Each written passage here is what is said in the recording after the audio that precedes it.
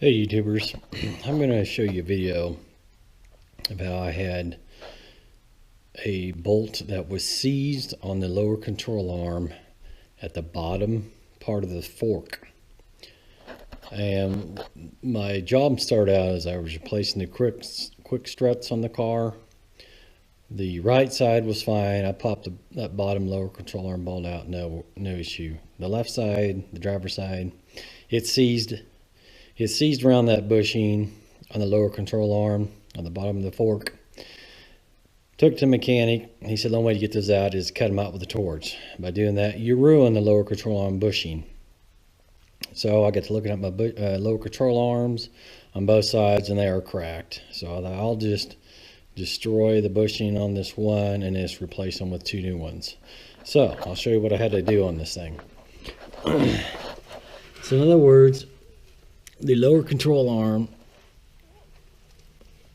on this one is cracked. You can see it right in there. The rubber's cracked. So that's when they say they would replace these. So what I'm doing is, the issue I ran into is this bolt. This bolt right here. This bolt right here is seized. I can get a wrench on it and turn about halfway, it stops. I turn it the other way, it stops. I have beaten on this thing with a hammer several times on this side right here. And on this side right here. Right here. And I can't get the bolt to move. I've tried penetrating oil, everything. So what I did is I don't have a cutting torch. So what I did is so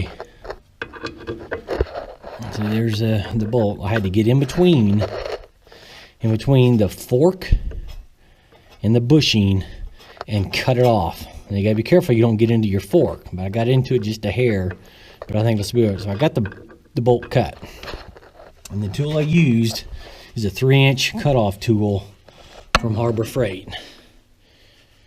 The Chicago Electric for 25 bucks. It works, but it gets hot quick.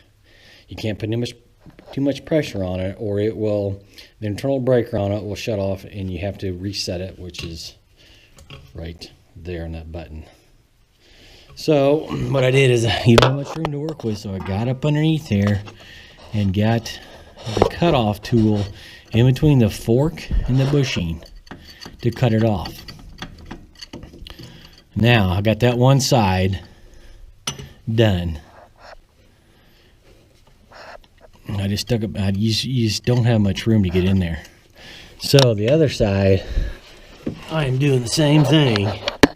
But what I had to do is I had to come up from underneath this and cut it off, because that's the only way I have room to do it. So I'm halfway through the bolt, and when I get the bolt off,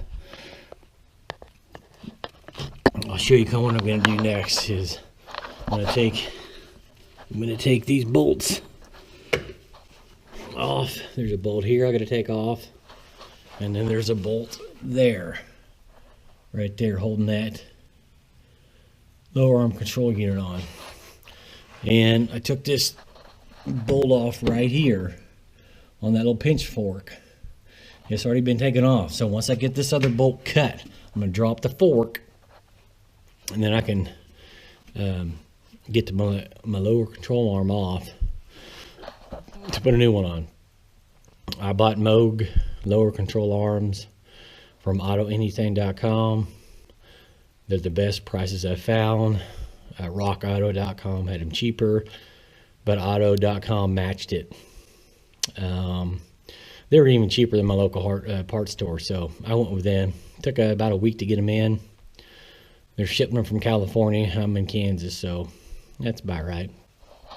Now, something else I'm going to do on this car is I'm also going to replace the upper control arms, these things. And there's a bolt there to take out, and then there's a bolt there to take out, and then you got to undo this nut here and pop that off. But there's plenty of videos out there how to do upper control arms or lower control arms, so I'm not going to get into that. I just wanted to show you guys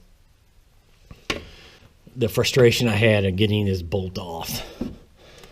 And so I went down to my local Honda dealer and ordered the part and picked it up. And the bolt was about $12 for the bolt and about $1.50 for the nut. So I'm going to replace, I got to replace this one, of course, so I cut it in half.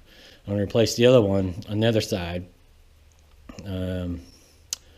Since I'm replacing this one, that way I got 2 new bolts on the bottom, and I'll keep the other one for a spare. So